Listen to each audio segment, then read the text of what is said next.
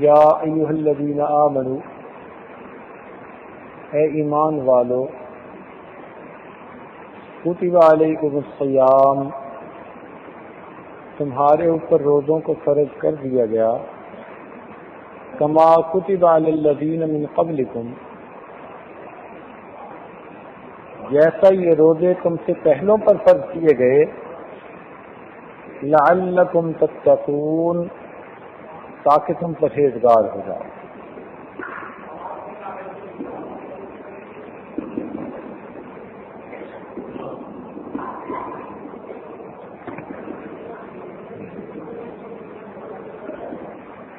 یا ایھا الذین آمنوا،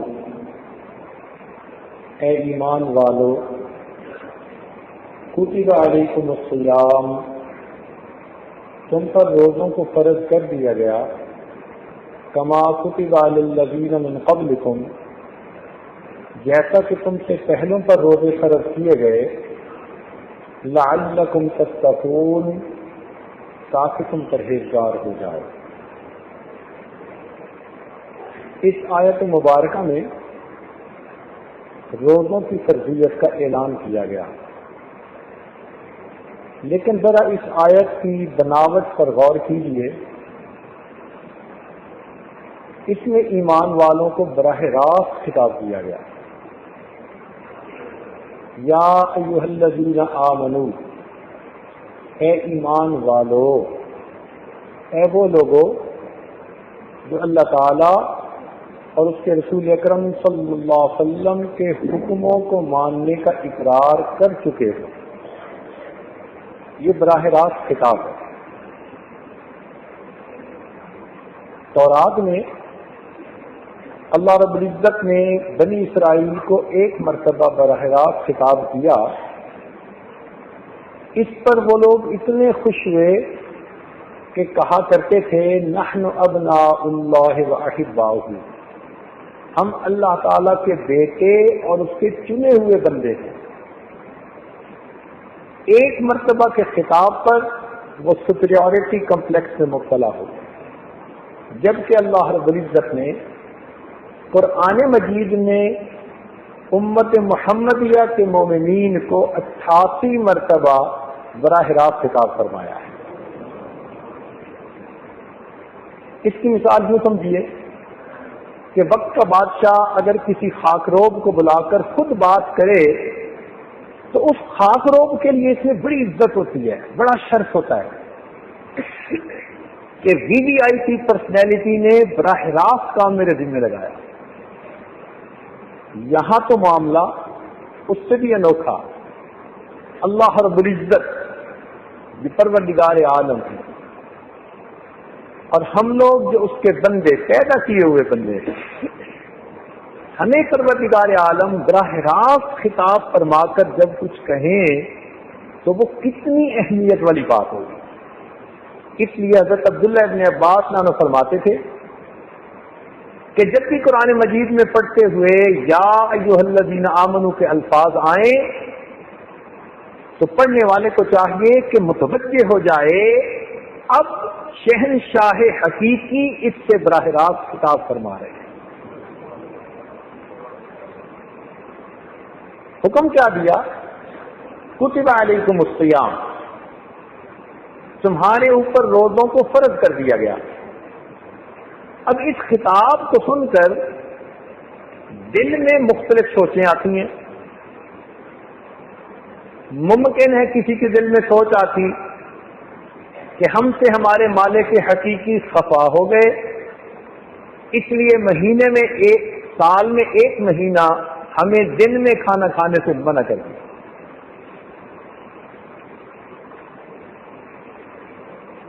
تو اس سوچ کو کریکٹ کرنے کے لیے فوراً آگے اس کا تسلی کی بات کر دی گئی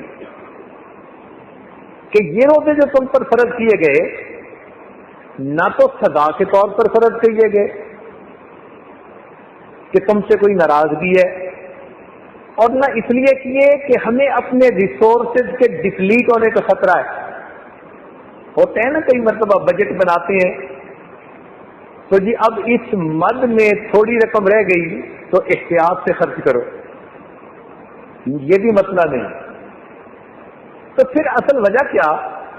فرمایا کما کتب علی الذین من قبلکم، جیسا کہ یہ روزے تم سے پہلوں پر فرض کیے گئے، یعنی یہ کوئی تم پر نئی پابندی نہیں، یہ ایک عبادت کی کنٹینیویشن ہے، تمہارے پہلے لوگ بھی یہ کام کرتے رہے۔ اب جب مومن یہ سنتا ہے کہ پہلوں پر بھی روزے فرض تھے تو دل میں تسلی ہو جاتی ہے کہ ناراضگی نہیں ہے، کوئی سزا بھی نہیں ہے، یہ ایک عبادت ہے جو اللہ تعالیٰ کے قرب کا ذریعہ ہے۔ تو اس لیے فوراً کہہ دیا گیا کما کتب علی الذین من قبلکم، جیسا کہ یہ روزے تم سے پہلوں پر فرض کیے گئے، اور پھر روزہ فرض ہونے کی حکمت بھی بتا دی گئی، آبجیکٹو بھی بتا دیا گیا کہ تمہیں بھوکا پیاسا رکھ کے تمہارے مالک کو نہیں کچھ ملے گا، اس کا فائدہ بھی تمہارے لیے ہے، وہ کیا؟ لعلکم تتقون، تاکہ تم پرہیزگار بن جاؤ۔ تو معلوم ہوا کہ یہ جو عبادت مومنین پر فرض کی گئی، اس کا مقصد بھی مومنین کے اندر اچھی صفات کا پیدا کرنا ہے۔ اب جب پوری آیت کو پڑھتے ہیں تو پھر دل کو تسلی ہو جاتی ہے اور دل میں ایک شوق پیدا ہوتا ہے کہ اس عبادت کو ہم نہایت اہتمام کے ساتھ پورا کریں۔ اس آیت سے ہمیں ایک نقطہ اور بھی ملا، ہم بھی اپنے گھر میں کبھی بیوی کو حکم دیتے ہیں، کبھی بچے کو حکم دیتے ہیں، تو ہم سوچیں کہ کیا ہم بھی قرآنی اسلوب کو اپناتے ہیں؟ کیا ہم اس کو پہلے پیار سے بلاتے ہیں جیسے یہاں خطاب دیا گیا؟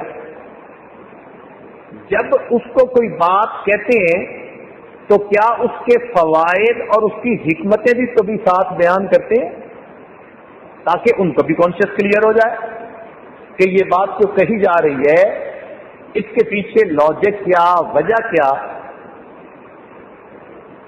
ہم نارمل مسٹیک کیا کرتے ہیں کہ اسٹریٹ اوے دو لفظوں میں ایک بات کہہ دیتے ہیں، جب سننے والے کو پوری بات کلیئر ہی نہیں ہوتی تو کئی مرتبہ اس کو کمپلائی کرنے کے اندر مشکلات پیش آ جاتی۔ تو قرآن مجید نے ہمیں کتنا پیارا اسلوب بتایا۔ رمضان المبارک میں اللہ رب العزت نے قرآن مجید کو نازل کیا، یہ مومنین کے لیے اینول ورکشاپ کی مانند ہے۔ آج کے سائنٹیفک دور میں یہ پروفیشنل لوگ اپنی ورکشاپ منعقد کرتے رہتے ہیں اپنے آپ کو اپ ڈیٹ کرنے کے لیے، اپنے پروفیشنل نالج میں ترقی کے لیے، اپنے لوگوں کو امپروو کرنے کے لیے، یہ اینولی کچھ نہ کچھ کرتے رہتے ہیں۔ قرآن مجید نے 1400 سال پہلے تصور پیش کر دیا کہ اے ایمان والو، تمہیں بھی اپنی فیلنگز کو، اپنی کیفیات کو مینٹین کرنے کے لیے، اپ گریڈ کرنے کے لیے سال میں ایک ایسا مہینہ دیا جا رہا ہے کہ جس میں قرآن مجید کی تعلیمات تم شروع سے لے کے آخر تک پھر سنو گے اور جذبوں کی سچائی کے ساتھ پھر عمل کا ارادہ کر لو گے۔ اب دیکھیے رمضان مبارک میں تراویح میں شروع سے لے کے آخر تک قرآن مجید پڑھا جاتا ہے۔ اس کا مقصد کیا کہ ہم اللہ تعالیٰ سے جو عہد کر چکے، اگر ہم سال کے دوران سستی کوتاہی کے مرتکب ہوئے، ہم ایک مرتبہ پھر اس کو سنیں اور ایک نئے عزم کے ساتھ نئی بیٹری چارج کر کے اللہ تعالیٰ کی رحمتوں سے ایک نئی زندگی کا آغاز پھر شروع کر دیں۔ دین اسلام نے ایسی تعلیمات دی قیامت تک کے ہر تقاضے کو پورا کرنے کے لیے کافی، وافی اور شافی ہے۔ ہمیں ایک مرتبہ ایک کورس کرنے کا موقع ملا، اس کا ٹاپک تھا افیکٹو مینجمنٹ۔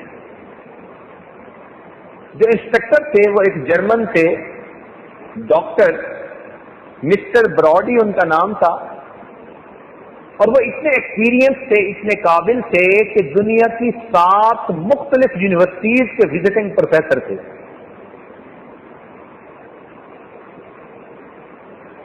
ایک ہوتے ہیں ایفیشینٹ مینیجر، ایک ہوتے ہیں افیکٹو مینیجر، دونوں میں ڈفرنس ہے۔ ایفیشینٹ مینیجر تو وہ ہے جو ہر وقت بزی رہتا ہے، کام کرتا رہتا ہے، لگا رہتا ہے دن رات، آؤٹ پٹ کچھ ہو یا نہ ہو وہ کر رہا ہوتا ہے۔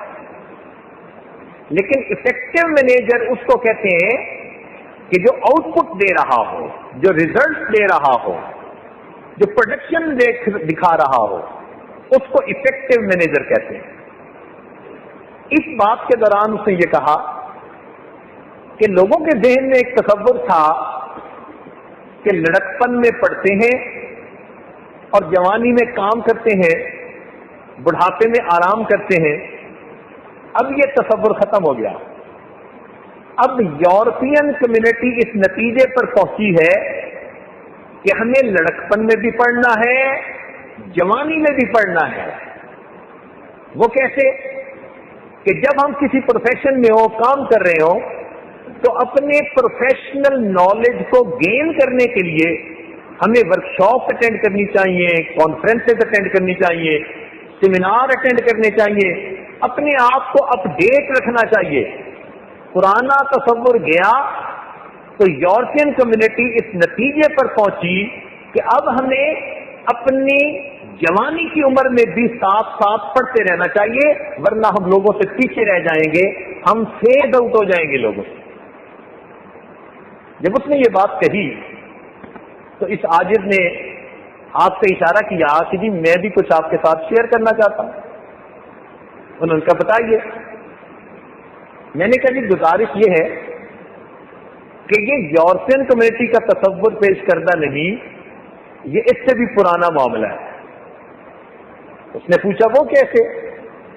میں نے گزارش کی کہ جی ہمارے نبی علیہ الصلوۃ والسلام نے آج سے 1400 سال پہلے، جب علم کا کوئی قدردان بھی نہیں تھا، جس قوم میں وہ پیدا ہوئے وہ جاہل تھے، زمانہ جاہلیت اس کو کہا جاتا ہے۔ اتنے ایروگینٹ لوگوں میں پیدا ہونے والے جن کے پاس علم نہیں تھا، اللہ تعالیٰ کے محبوب نے جب انسانیت کو تعلیم دی تو علم کے بارے میں ارشاد فرمایا اطلبوا العلم من المہد الی اللحد، تم علم کو حاصل کرو پنگوڑے سے لے کر اپنی قبر میں جانے تک۔ تو یہ تو میرے محبوب کا پرانا بتایا ہوا ایک اصول ہے۔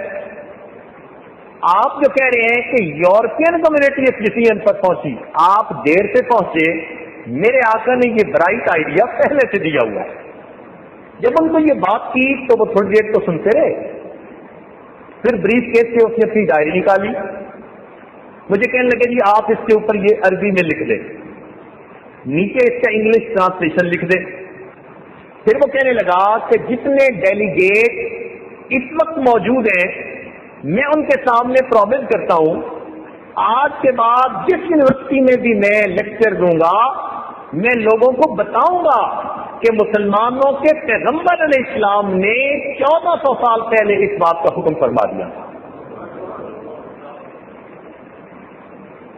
تو آج دنیا سیمینار اور کانفرنسز کی باتیں کرتی ہے، 1400 سال پہلے سے ایک تصور دیا کہ تم سارا سال اپنے کاموں میں مشغول رہو گے، کوئی انڈسٹریلسٹ ہے، کوئی بزنس مین ہے، کوئی یونیورسٹیوں میں پروفیسر ہے، ممکن ہے کہ تمہارا وہ جذبہ ٹھنڈا ہو، غفلت آ جائے، جس طرح سیل فون یوز ہوتا رہتا ہے تو بیٹری ڈاؤن ہوتی ہے، پھر اسے چارجر سے لگانا پڑتا ہے۔ رب کریم نے بھی رمضان مبارک کا مہینہ ایمان والوں کے ایمان کی چارجنگ کا مہینہ بنا دیا۔ اس میں روزے فرض کیے گئے۔ رمضان مبارک کی جو خاص بات ہے وہ یہ کہ دن میں روزے فرض کیے گئے اور رات کا قرآن اس کو سنت بنا دیا گیا۔ روزے کا رکھنا انسان کے اپنے لیے فائدے مند ہے، اس میں کئی اس کے اخلاقی پہلو بھی ہیں اور انسان کے جسم پر بھی اس کے اچھے اثرات پڑتے ہیں. تو روزے کے فزیکل امپیکٹ کیا ہیں یہ آج ذرا اس کو تھوڑا ایکسپلین کرنے کی کوشش کرے گا. مگر اس سے پہلے ایک واقعہ سن لیجئے. ہارون رشید کا زمانہ ہے. ایک عیسائی پادری آیا جو بڑا معالج اور حکیم بھی تھا. اس نے بادشاہ سے کہا جی میں آپ کے ساتھ ایک بات کرنا چاہتا ہوں. اس کو موقع دیا گیا. اس نے کہا جی آپ جو کہتے ہیں کہ قرآن مجید میں تمام اصول زندگی ہیں, میں دین کا بھی علم رکھتا ہوں اور حکمت کا بھی علم رکھتا ہوں. میں اتنا پوچھتا ہوں کہ کیا قرآن مجید میں انسان کی صحت سے متعلق بھی کوئی اصول بتایا گیا؟ اور رشید نے جو علماء موجود تھے ان سے کہا کہ جی اب آپ اس کا جواب دیجیے. چنانچہ ایک عالم کھڑے ہوئے, انہوں نے فرمایا جی ہمیں قرآن مجید میں جسم کی صحت کے بارے میں ایک بڑا گولڈن رول بتلایا گیا. پوچھا وہ کیا؟ کہ قرآن مجید میں فرمایا کلو واشربو ولا تسرفو, تم کھاؤ پیو مگر اسراف نہ کرو, یعنی اوور ایٹنگ نہ کرو. جتنی طلب ہے ضرورت ہے اتنا کھائیے اور پھر اللہ کے گیت گائیے. ولا تسرفو, تم اسراف نہ کرو, زیادتی نہ کرو. تو یہ جو منع کر دیا گیا اوور ایٹنگ سے, یہ ایسا بہترین اصول ہے کہ اگر انسان اس پر عمل کرے تو اس کو زندگی میں بیماریاں آنے کے چانسز بہت کم ہو جاتے ہیں. وہ کہنے لگا میں حکیم ہوں, میں تسلیم کرتا ہوں کہ یہ بہترین اصول ہے. اچھا یہ بتاؤ کہ کیا تمہارے نبی علیہ السلام نے بھی روحانی تعلیمات کے ساتھ ساتھ جسم کے بارے میں کوئی اصول بتایا کہ آدمی اپنے جسم کی صحت کا کیسے خیال رکھ سکتا ہے, کیسے اس کو اچھا مینٹین کر سکتا ہے؟ تو عالم کہنے لگے جی ہاں, اللہ رب العزت کے محبوب نے ہمیں جسمانی صحت کے بارے میں بھی بڑا انمول اصول بتلا دیا. چنانچہ انہوں نے حدیث پاک کوٹ کی جس کا اردو ترجمہ یوں ہے معدہ تمام بیماریوں کی بنیاد ہے. معدہ تمام بیماریوں کی بنیاد ہے. اور آج ڈاکٹر لوگ کنفرم کریں گے کہ ہماری ایٹنگ ہیبٹس جو ہوتی ہیں نا وہ ہماری بیماریوں کو ڈیسائیڈ کر رہی ہوتی ہے. بہت زیادہ چینی کھائیں گے تو شوگر کے پیشنٹ بن جائیں گے. اگر بہت ہی زیادہ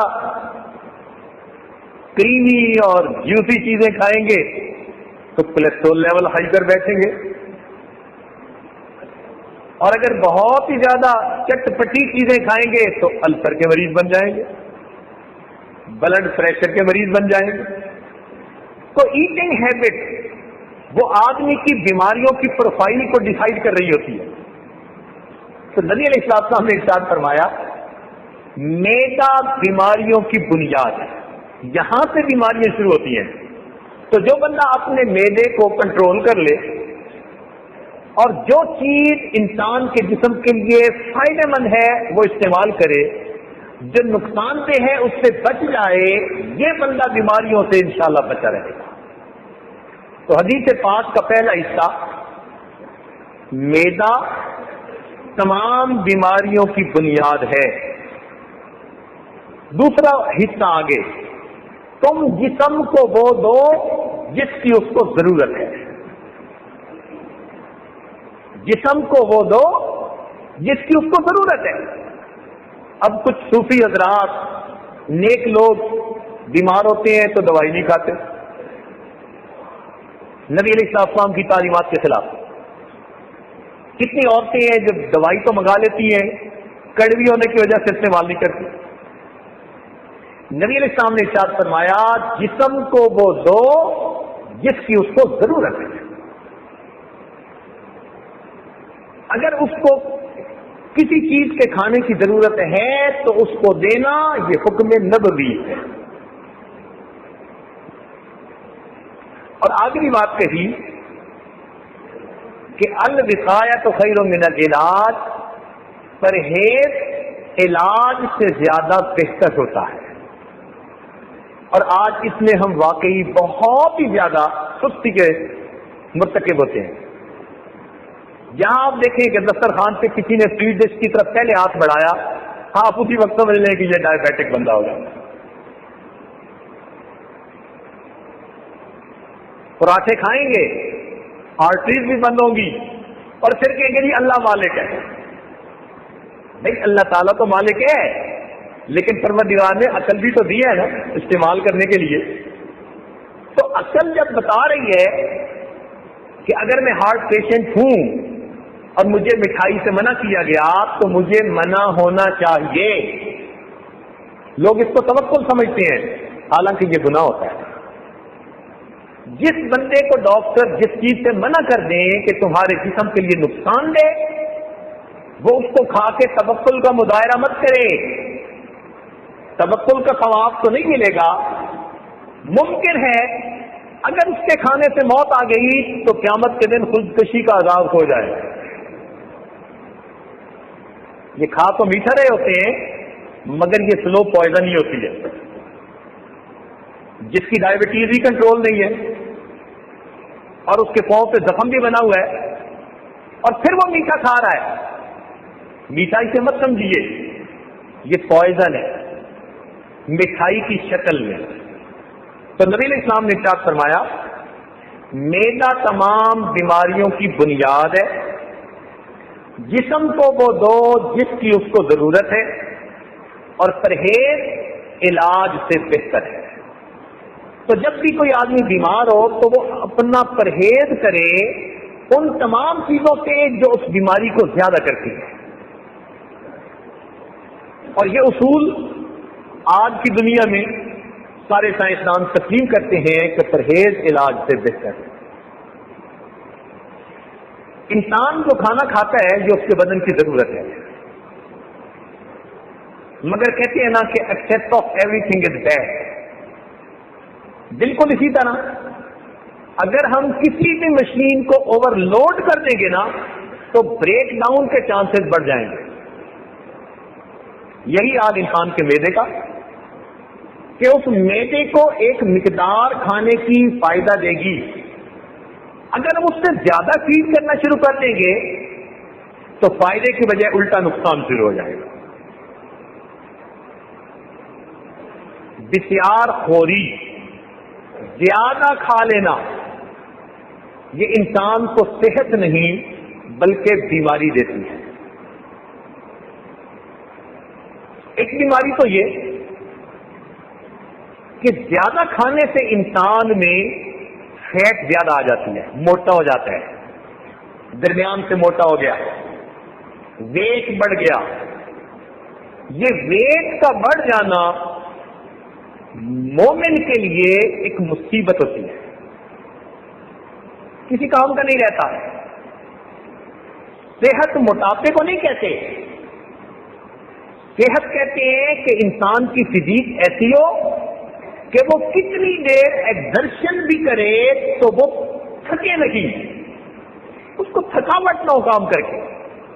جب ایسا جسم ہو کہ کام کر کے تھکاوٹ نہ ہو تو بندہ سمجھ لے کہ اب میری صحت بہت اچھی ہے. اور بسیار خوری کے بعد انسان کی حالت یہ ہوتی ہے پیدل بھی چند قدم چل لے تو اسے سانس چڑھ جاتا ہے. اب یہ عبادات کیسے کرے گا، دنیا کے کام کیسے کرے گا، جس سے اپنا آپ سنبھالا نہیں جاتا یہ خدا کے کسی دوسرے بندے کو کیا سنبھالے گا. تو اوور ایٹنگ کا ایک نقصان تو یہ کہ انسان کا ویٹ بڑھتا ہے اور ویٹ بڑھنے سے کئی قسم سے اس کو پرابلم پیش آتے ہیں. بلڈ پریشر، شوگر، گیسٹرک، معدے میں السر کا ہونا، یہ سب اکثر و بیشتر اوور ایٹنگ کی وجہ سے ہوتی ہے. اور آج کے دور میں اگر آپ غور کریں تو ایسی بیماریاں بہت کامن ہیں جن کا تعلق اوور ایٹنگ کے ساتھ ہے. کم کھانے سے جو بیماریاں ہوتی ہیں وہ آج کے دور میں نہیں ہے. آپ ہاسپٹل میں جا کر پتہ کر لیجئے,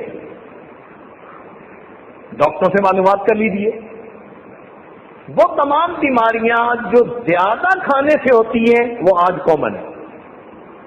اس کا مطلب اللہ رب العزت کی بہت نعمتیں ہمارے اوپر ہیں کہ شاید اس سے پہلے اتنی مادی نعمتیں پہلوں کے پاس نہیں تھی. لیکن یہ بھی عجیب بات ہے کہ جتنی اللہ تعالیٰ کی ناشکری آج کے دور میں ہو رہی ہے اتنی ناشکری پہلے کبھی بھی نہیں.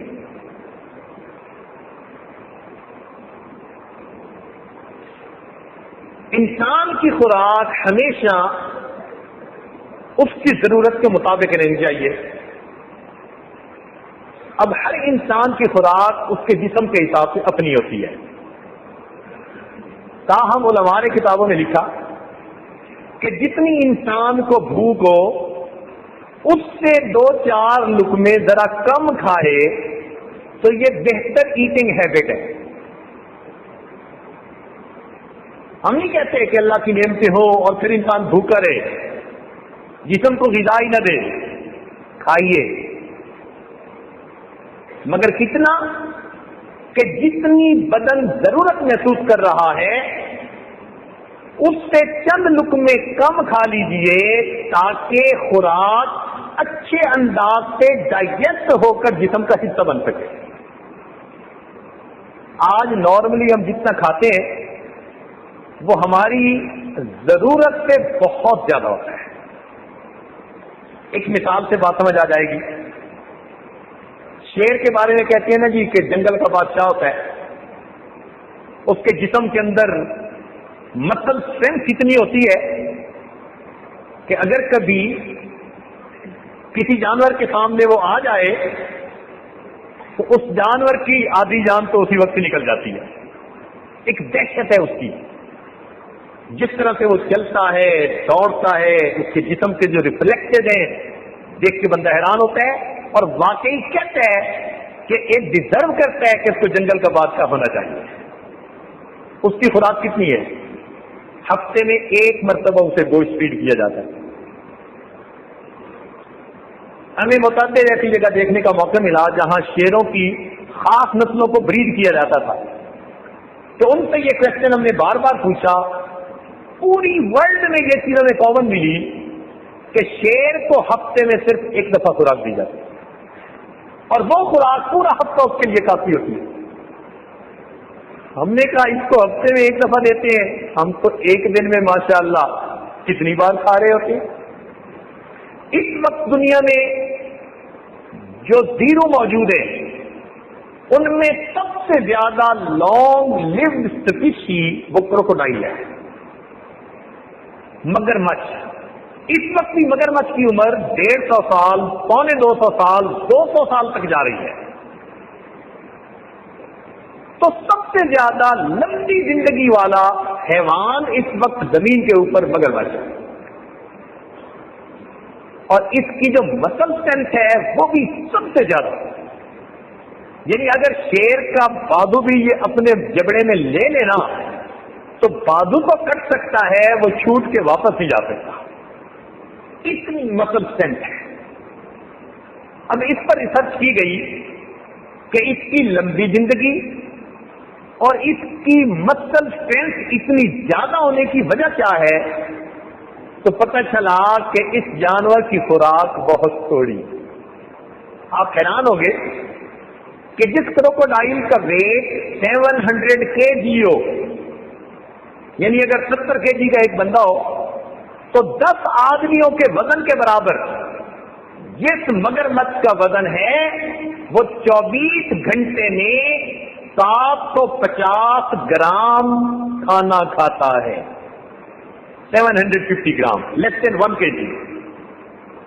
اور ہمارا دوپہر کا کھانا ہی ماشاءاللہ 2 kg کے برابر ہوتا ہے. اور 3 کھانوں کے علاوہ چائے کے نام پر اور پتہ نہیں کس کس کے نام پر ہم اور کیا کھا رہے ہوتے ہیں. تو اگر ہم دیکھیں تو ہم اپنے جسم کو اپنی ضرورت سے بہت زیادہ فیڈ کر رہے ہوتے ہیں. اور یہ دستور ہے کہ جب بھی کسی مشین کو اوور برڈن کر دیا جائے گا اس مشین کا جو پروڈکٹ ہوگا وہ صحیح نہیں ہوگا.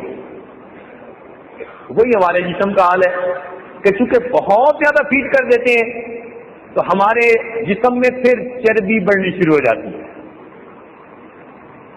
ہمارے جسم میں جو طاقت آنی چاہیے پھر وہ نہیں آتی. اچھا، ہم جب اوور ہیٹ کرتے ہیں تو دماغ ہمارے جسم کے اندر جو خون ہوتا ہے نا اس کو جسم کے آرگنز کے اندر ڈسٹریبیوٹ کر رہا ہوتا ہے. جیسے فائر فائٹنگ کوئی کرتے ہیں نا کہ جہاں ضرورت ہے وہاں زیادہ توجہ دو. تو جب ہم بہت زیادہ کھا لیتے ہیں ہمارا دماغ ڈسیژن لیتا ہے کہ بدن کو میں سب سے زیادہ خون کی ضرورت سٹامک کو ہے. تو ہمارا ایک بڑا شیئر بلڈ کا وہ سٹامک کی طرف ڈائیورٹ ہو جاتا ہے. ہمارے دماغ میں اس وقت بلڈ تھوڑا پہنچ رہا ہوتا ہے، اس لیے غنود کی تاری ہوتی ہے. زیادہ کھا لینے کے بعد جو غشی سی تاری ہوتی ہے یا غنود کی سی تاری ہوتی ہے اس کی بنیادی وجہ کہ جسم کے اعضاء میں سے بلڈ کم کر کے دماغ نے سٹامک کو بھیجا. اس کو ڈائجسٹ کرنا مصیبت پڑ گئی ہے، ابھی عمل کو کیجیے تو باقی جسم کے تھوڑا حصہ ملتا ہے تو بندہ پھر لیزی بن جاتا ہے، سویا رہتا ہے. تو اس کے کتنے سارے نقصانات ہیں. بہترین ایٹنگ ہیبٹ یہی کہ جتنی ضرورت انسان کو محسوس ہوتی ہے اس سے کچھ لقمے کم کھائے تاکہ وہ اچھی طرح انسان کے جسم کو ہضم ہو کر خوراک مل سکے. چنانچہ ایک حکیم کے بارے میں آتا ہے کتابوں میں کہ مدینہ آ گئے اور وہاں آ کر انہوں نے کچھ دن زندگی گزاری. ان کا خیال تھا کہ مدینہ میں کوئی حکیم نہیں تو میرا کام اچھا چلے گا. مگر کتنے دن گزر گئے کہ ان کے پاس کوئی آیا ہی نہیں. تو وہ نبی علیہ السلام کی خدمت میں حاضر ہوئے. کہنے لگے جی کہ میں تو اس لیے آیا تھا کہ میرا کام اچھا چلے گا اور یہاں تو میرے پاس کوئی آیا ہی نہیں. تو نبی علیہ السلام نے ایک بات فرمائی، ارشاد فرمایا کہ یہ لوگ کھانا اس وقت کھاتے ہیں جب انہیں سخت بھوک لگی ہوتی ہے. صحابہ کرام کے بارے میں فرمایا کہ یہ کھانا اس وقت کھاتے ہیں جب ان کو سخت بھوک لگی ہوتی ہے اور ابھی کچھ بھوک باقی ہوتی ہے یہ کھانے کو مکمل کر لیتے ہیں. اس وجہ سے ان کو بیماریاں کم ہوتی ہیں. تو صحت مندی کا بہترین راز اللہ رب العزت کے محبوب نے بتا دیا.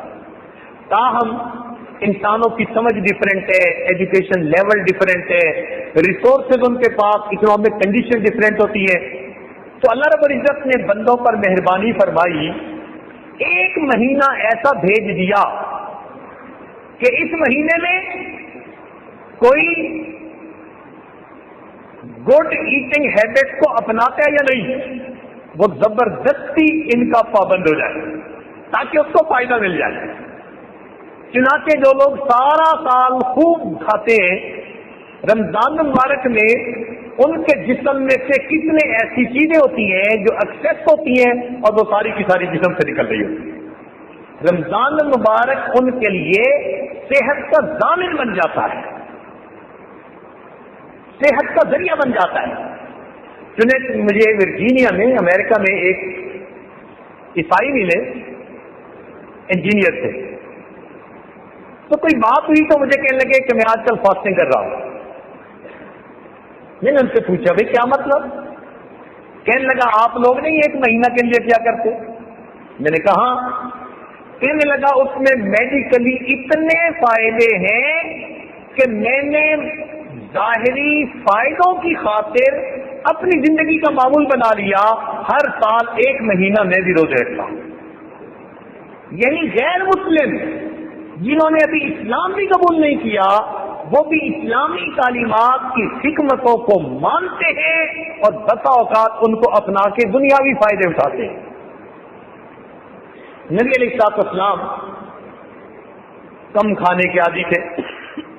چنانچہ نبی علیہ السلام کی مبارک زندگی میں 3 کنزیکٹو دن ایسے نہیں آئے پوری نبوت کی زندگی میں، 3 کنزیکٹو دن ایسے نہیں آئے کہ آپ نے تینوں دن پیٹ بھر کے کھانا کھایا. ایک دن کھایا تو دوسرے دن فاقہ، اگر 2 دن کھایا تو تیسرے دن فاقہ. سیدہ فاطمہ الزہرا رضی اللہ تعالیٰ عنہ اللہ رب العزت کے محبوب کی خدمت میں حاضر ہوتی ہیں. محبوب دو عالم کی عادت مبارکہ تھی کہ آپ اٹھ کر ان کا استقبال فرماتے تھے اور ان کو اپنی جگہ پر بٹھاتے تھے. چنانچہ جب آپ نے ان کو بٹھایا تو انہوں نے اپنی چادر کی گانٹھ کھولی تو آدھی روٹی خشک سی اس میں بنی ہوئی تھی. انہوں نے اس کو نبی اسلام کی خدمت میں تحفہ کے طور پر پیش کیا. ابا جان نے آپ کی خدمت میں ہدیہ اور تحفہ لے کر آئی. سیدنا علی رضی اللہ تعالیٰ عنہ آٹا لائے تھے، میں نے روٹیاں بنائی، ایک ایک روٹی سب کے حصے میں آئی، ایک میرے حصے میں بھی آئی. ابا جان جب میں وہ کھانے لگی تو میرے دل میں خیال آیا، فاطمہ تم تو کھا رہی ہو، پتہ نہیں تمہارے ابا حضور کو کھانے کو کچھ ملا کہ نہیں ملا. تو میں نے آدھی روٹی بچا لی، اب میں آپ کی خدمت میں تحفہ کے طور پر وہ پیش کرتی ہوں. نبی علیہ السلام نے وہ آدھی روٹی قبول فرمائی اور ٹکڑا اس کا لے کر اپنے منہ مبارک میں ڈالا اور فرمایا کہ میری بیٹی فاطمہ، قسم اس پروردگار کی جس کے قبضہ قدرت میں محمد صلی اللہ علیہ وسلم کی جان ہے، 3 دن گزر گئے تیرے والد کے منہ میں کوئی روٹی کا لقمہ نہیں گیا.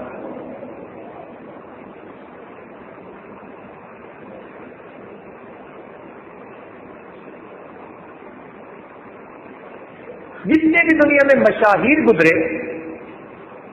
اگر کبھی آپ ان کی زندگی کو دیکھیں نا اس ایسپیکٹ سے کہ وہ کتنا کھاتے تھے، تو یہ چیز آپ کو کامن نظر آئے گی کہ ان کی خوراک بہت واجبی تھی، نارمل سی تھی، وہ اوور ایٹ کیا کرتے تھے.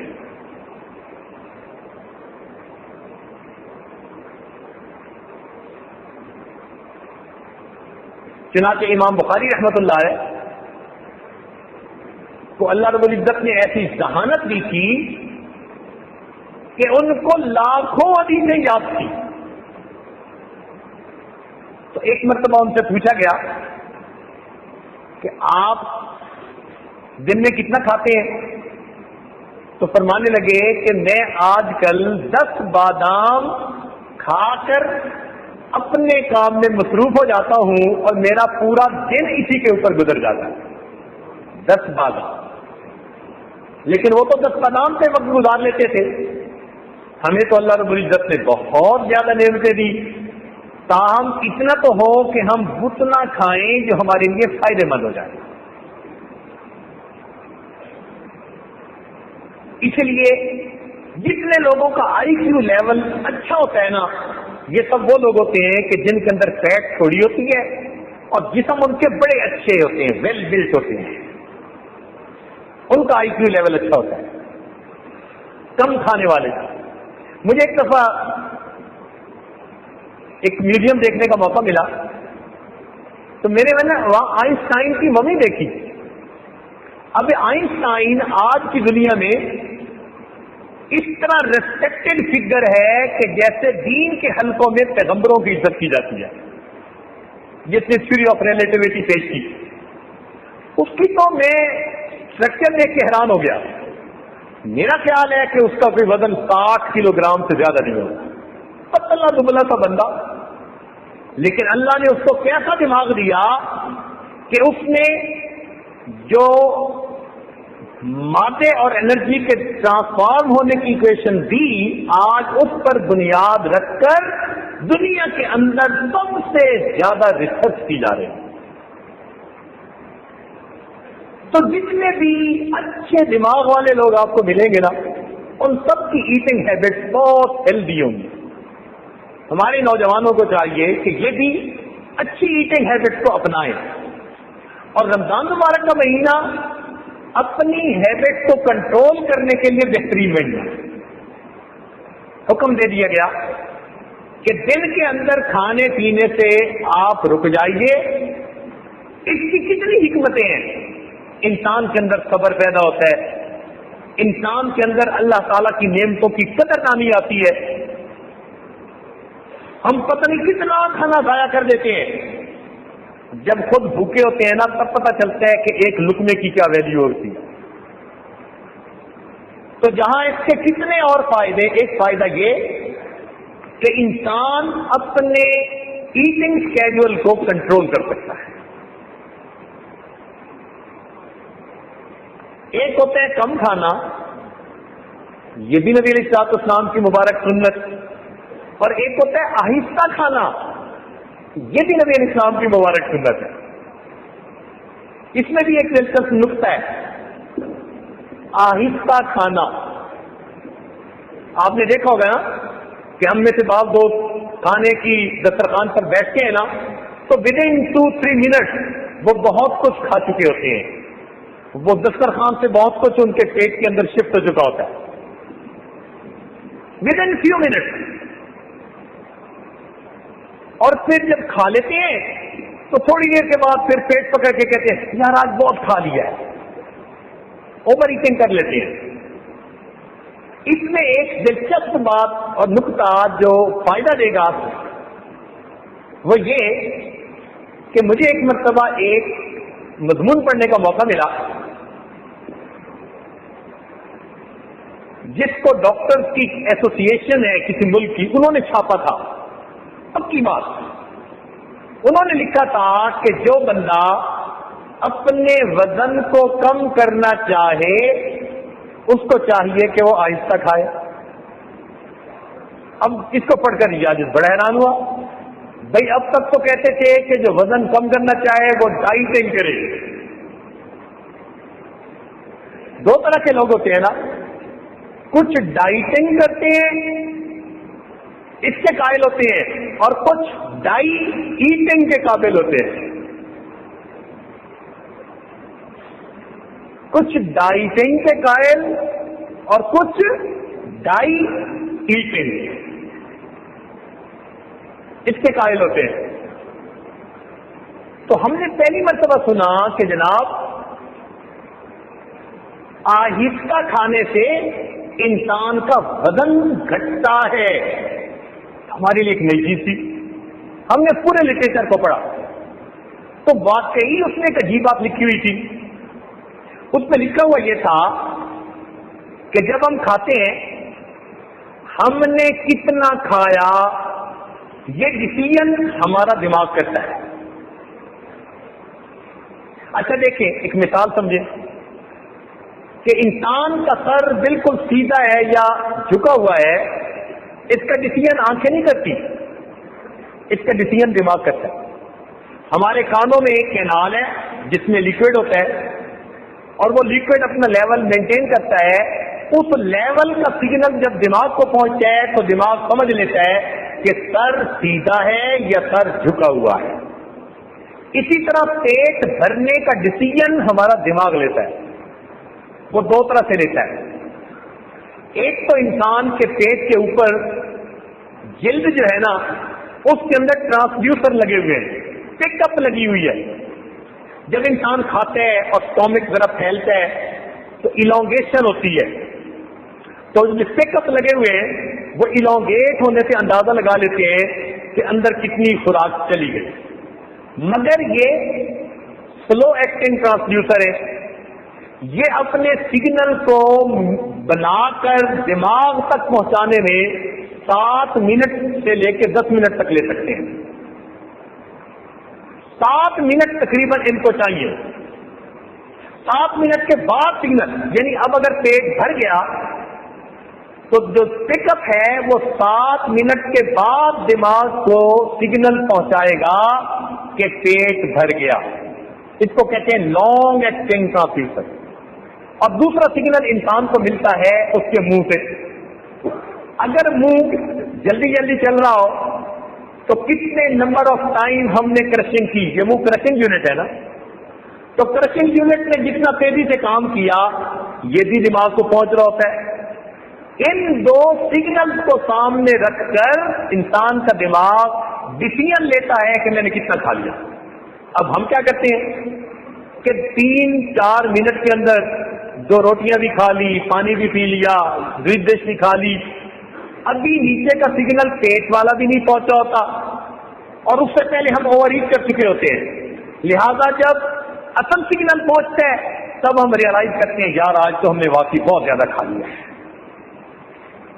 اس کی ایک پروف ہے، دیکھیے آپ ابھی کھانا کھا رہے ہیں، فرض کرو آپ نے آدھی روٹی کھائی، آدھی روٹی کھا کے کوئی فون آ گیا ضروری، باہر ملک سے کال تھی، انٹرنیشنل کال تھی، آپ سننے کے لیے چلے گئے. اگر آپ 5-7 منٹ فون سنتے رہے تو واپس آئیں گے نا تو آپ کی بھوک مٹ چکی ہوگی. لوگ کہتے ہیں جی بھوک مر جاتی ہے، صحیح بھوک نہیں مرتی، وہ جو چند منٹ گزرے پیٹ کا صحیح سگنل دماغ کو پہنچ گیا، دماغ نے فائنلائز کر لیا کہ اتنی خوراک میرے لیے کافی ہے. تو اس لیے اوور ایٹنگ بھی نقصان دہ ہے اور تیز تیز کھا لینا بھی نقصان دہ.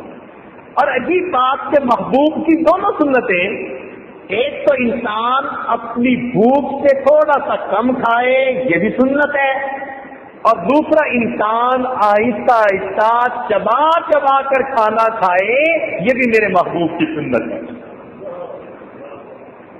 تو جو انسان سنت کی نیت سے ان چیزوں کو اپنائے گا یہ دنیا کے فائدے تو مفت ہی میں پاتا چلا جائے گا، یہ تو مفت میں فائدے ملتے چلے جائیں گے اس کو. تو رمضان مبارک میں دن میں روزہ رکھنے کا مقصد کیا ہوتا ہے کہ ہمارے بدن میں ذرا خوراک کم ہو.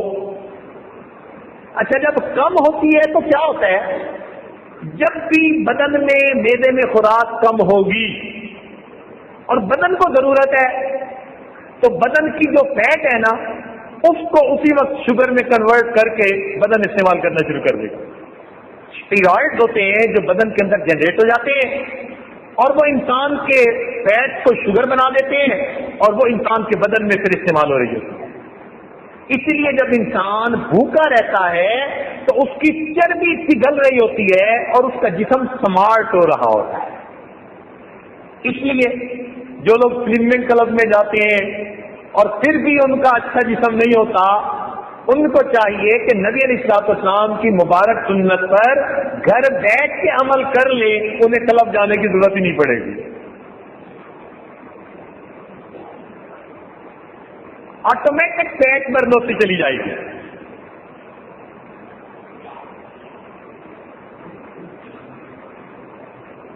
تو ایک تو رمضان مبارک میں روزے رکھوائے گئے اور دوسرا رات کو تراویح کا حکم دیا گیا، اس میں بھی ہمارا فائدہ. اچھا ذہن میں سوال پیدا ہوتا ہے کہ تراویح کا جسمانی فائدہ کیا؟ تراویح کا جسمانی فائدہ کیا؟ روحانی فائدے تو ہے ہی صحیح. اس ساجد نے عرض کیا نا شروع میں کہ آج روزے کے جسمانی فائدے کیا ہیں، اس ٹاپک کو تھوڑا کھولا جائے گا. تو سوال پیدا ہوتا ہے کہ جی تراویح کے جسمانی فائدے کیا ہوئے؟ تو بھائی نماز کے روحانی فائدے تو بے شمار ہیں، جسمانی فائدے بھی ہیں. یہ ایکسرسائز بھی تو ہے نا.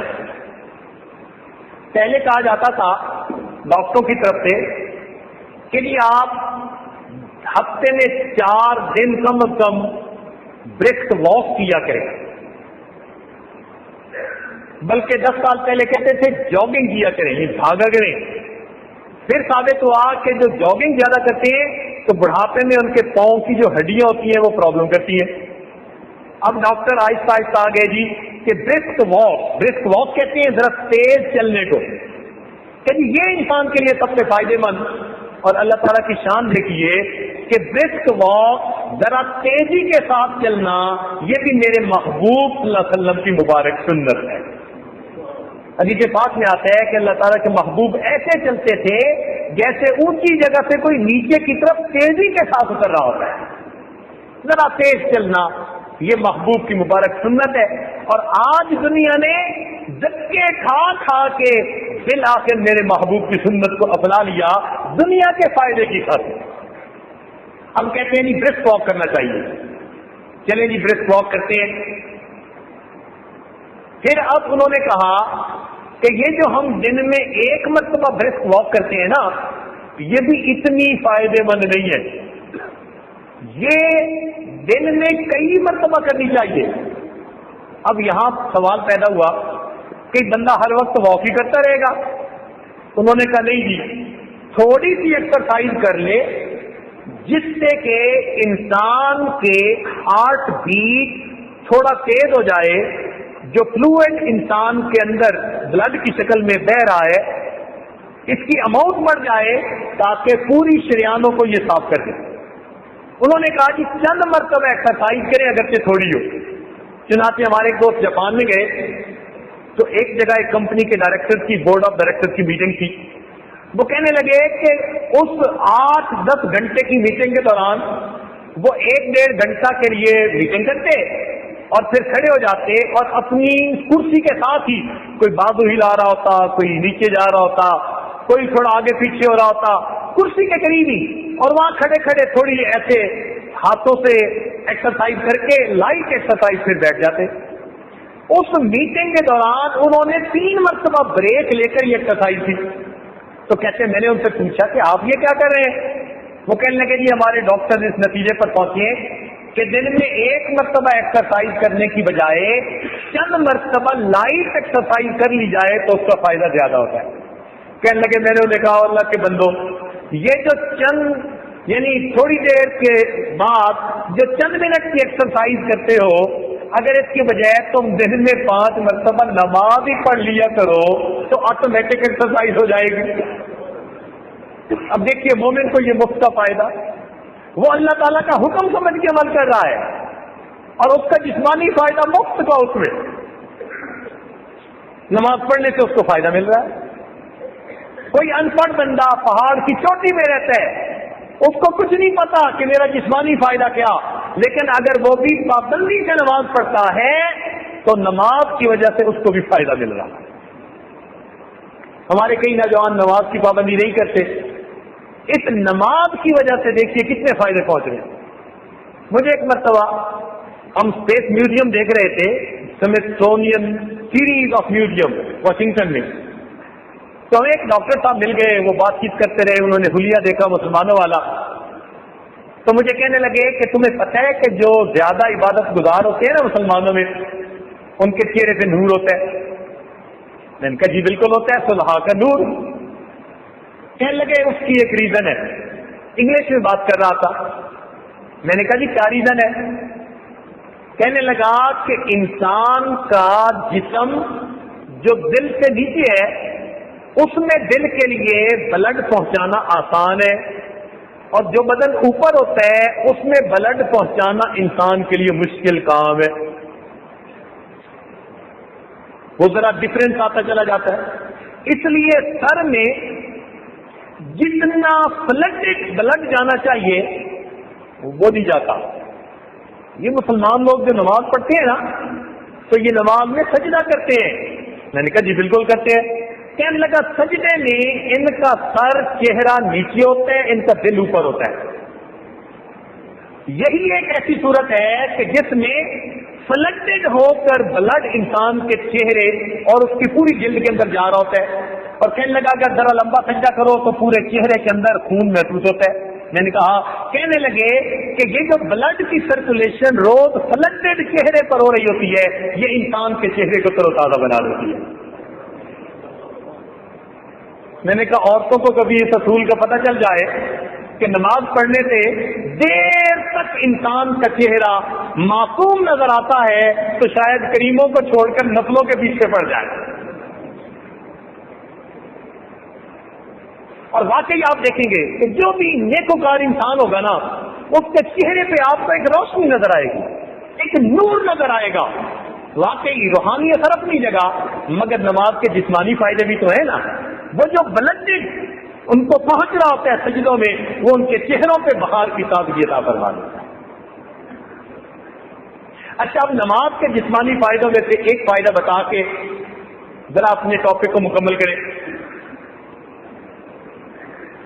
ڈاکٹر اس بات پر متفق ہیں کہ آدمی رات کو جب سوتا ہے صبح کے وقت اس کا شوگر لیول سب سے ڈاؤن ہوتا ہے.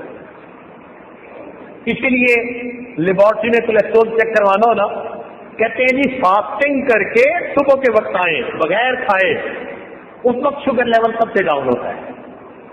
تو جب شوگر لیول انسان کا سب سے ڈاؤن ہے تو اللہ تعالیٰ نے فجر کی نماز کی کتنی رکعتیں بنائی؟ 4. اس لیے کہ لیول تو پہلے ہی ڈاؤن ہے، زیادہ لمبی ایکسرسائز کی ضرورت ہی نہیں. بھلے قرات جتنی لمبی کرو مگر ایکسرسائز کتنی ہے؟ 4 رکعت. 4 رکعت سے کام سمٹ گیا. اب اس کے بعد ہم نے دوپہر میں کھانا کھایا اور ماشاءاللہ خوب پیٹ بھر کے کھایا. جب کھانا کھایا تو شوگر لیول اوپر چلا گیا. اب 4 رکعت نہیں، اب کتنی رکعت کر دی گئی؟ 12 رکعتیں بنا دی گئی کہ اب تمہیں زیادہ ایکسرسائز کی ضرورت ہے. ایکسرسائز کرو گے یہ تمہاری کنٹرول ہو جائے گی، تمہیں بہتری ہوگی، فائدہ مل جائے گا. اچھا جب لیول کم ہو گیا تھا تو پھر اثر کی پھر کتنی رکعتیں بنا دی گئی؟ بھائی کیونکہ کم ہو گیا تھا نا. 4 آپشنل، بھائی اگر تم چاہو تو پڑھو ورنہ کوئی بات نہیں، تمہیں معاف کر دیں گے. اور جتنی میڈیکلی ہے وہ کتنی؟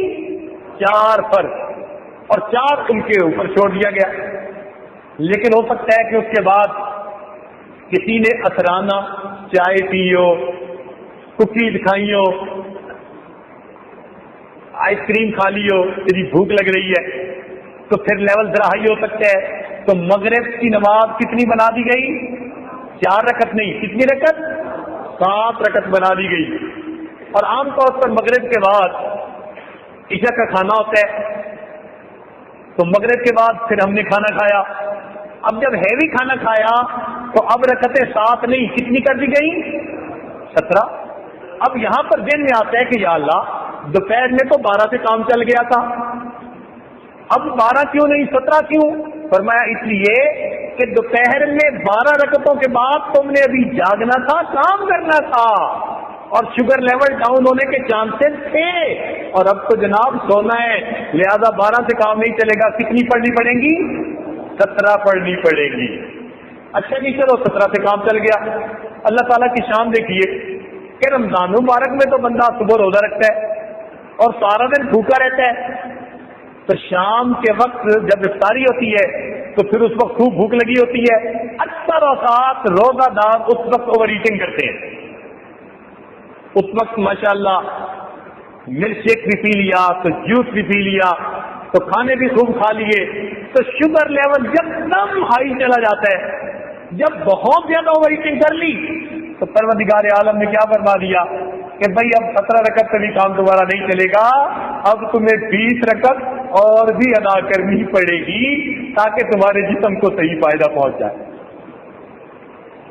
ایک آدمی سفر میں نکلا ہے، اب سفر میں تو اس کی ایگزرشن ہوتی رہتی ہے، تو جب سفر میں ایگزرشن ہو ہی رہی ہے پروردگار عالم نے فرمایا اچھا جو فرض تھے ہم نے وہ بھی آدھے کر دیے اور جو نفل تھے وہ تمہیں ویسے ہی معاف کر دیے، ایگزرشن تو تمہاری ویسے ہی ہو جاتی ہے. تو دیکھیے پروردگار عالم کتنے مہربان ہیں اپنے بندوں پر کہ عبادت بھی ایسی رکھی کہ جس کا بندوں ہی کو روحانی اور جسمانی فائدہ پہنچا. تو رمضان مبارک کا مہینہ آنے والا ہے، یہ ہمارے لیے فائدوں کا دروازہ کھولنے والا ہے، روحانی بھی اور جسمانی بھی. اب ہمیں اس کے لیے ابھی سے تیار ہونا چاہیے. حضرت مولانا دامت برکاتہم نے جو عنوان رکھا نا استقبال رمضان، پڑھ کے بڑا دل خوش ہوا. واقعی آج کا بندہ ایسا ہی ہے، جو بھی اچھا بندہ ہے نا وہ ہر چیز کو پلان کرتا ہے. کہتے ہیں نا ویل پلان ہاف ڈن. جس کام کو تم اچھا پلان کر لو گے سمجھ لو کہ آدھا کام ہو گیا. آج تو شادی کی بھی پلاننگ 1 سال پہلے سے کرنی شروع کرتے ہیں، بزنس کی پلاننگ بھی پہلے سے کرتے ہیں، پتہ نہیں کتنا عرصہ پلان کر کے پھر کوئی کام کرتے ہیں. تو بھائی ہمیں رمضان مبارک کی پلان کرنا چاہیے کہ ہم نے کیسے کرنا ہے. اس کی پلاننگ کوئی ورزش کرنی نہیں ہے کہ بھائی اتنی ڈنڈ بیٹھ کے روز نکالنی شروع کر دو. اس کی پلاننگ یہ ہے کہ آپ اپنی مصروفیات کو ابھی سے ایسے اسکیڈول کریں کہ رمضان المبارک میں اپنے آپ کو لائٹ رکھنے کی کوشش کریں. گھر میں شادی ہو نا تو بندہ پورا مہینہ اپنے آپ کو ذرا لائٹ رکھتا ہے. او جی میری گھر میں شادی ہے, میں نے ذرا اسکیڈول بہت لائٹ رکھا ہوا ہے تاکہ میں شادی بھگتا دوں. جیسے شادی بھگتانے کے لیے ایک مہینہ اپنا اسکیڈول لائٹ کر دیتے ہیں, اسی طرح ہمیں بھی چاہیے اللہ تعالیٰ کی مغفرت میں سے وافر حصہ پانے کے لیے, اپنے گناہوں کو بخشوانے کے لیے اور اپنے رب کو منانے کے لیے ہم بھی رمضان مبارک کے مہینے کو لائٹ پلاننگ کرنی ہے. اور ہم کر سکتے ہیں. کتنے کام ہوتے ہیں جو بندہ خود کرتا ہے. تو اپنے سفروں کو پلان ایسے کریں, اپنے کاموں کو پلان ایسے کریں, میٹنگز کو پلان ایسے کریں کہ رمضان المبارک میں آپ ذرا لائٹ ویٹ رہنے کی کوشش کریں. جب آپ مینٹلی کچھ ذرا فارغ ہوں گے تو یکسوئی سے نماز بھی پڑھ سکیں گے, تراویح بھی پڑھ سکیں گے, اور پھر پریشر بھی نہیں ہوگا کہ صبح فلاں میٹنگ میں ہم نے جانا ہے. تو ایک تو تیاری یہ ہے کہ اپنے آپ کو ذرا لائٹ لوڈڈ کر لیں, اور دوسرا یہ کہ اپنے آپ کو رمضان المبارک کے اسکیڈول کے ساتھ ایڈجسٹ کرنے کے لیے مینٹلی تیار کر لیں. ایک آدمی کے اوپر نا ایک ڈر سا ہوتا ہے, اور جی روزہ رکھ لیا تو پتہ نہیں میں کمزور نہ ہو جاؤں. ایک عجیب بات ارد کروں, ہمارا ایک دوست تھا کالج میں, اور اس زمانے میں جب اس کی عمر تھی 18 سال, انٹرمیڈیٹ میں پڑھتا تھا, 18 سال عمر تھی, اس کا وزن تھا 105 کلو گرام. اتنا بلکی اس کا جسم, اور وہ رمضان کے روزے نہیں رکھتا تھا. تو ایک دن اس سے پوچھا کہ رمضان کے روزے کیوں نہیں رکھتے؟ کہنے لگا میری امی کہتی ہے تم کمزور ہو جاؤ گے.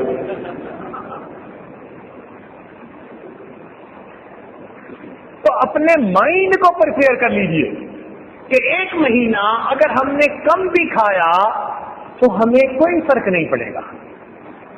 کتنا کم بندہ کھا سکتا ہے؟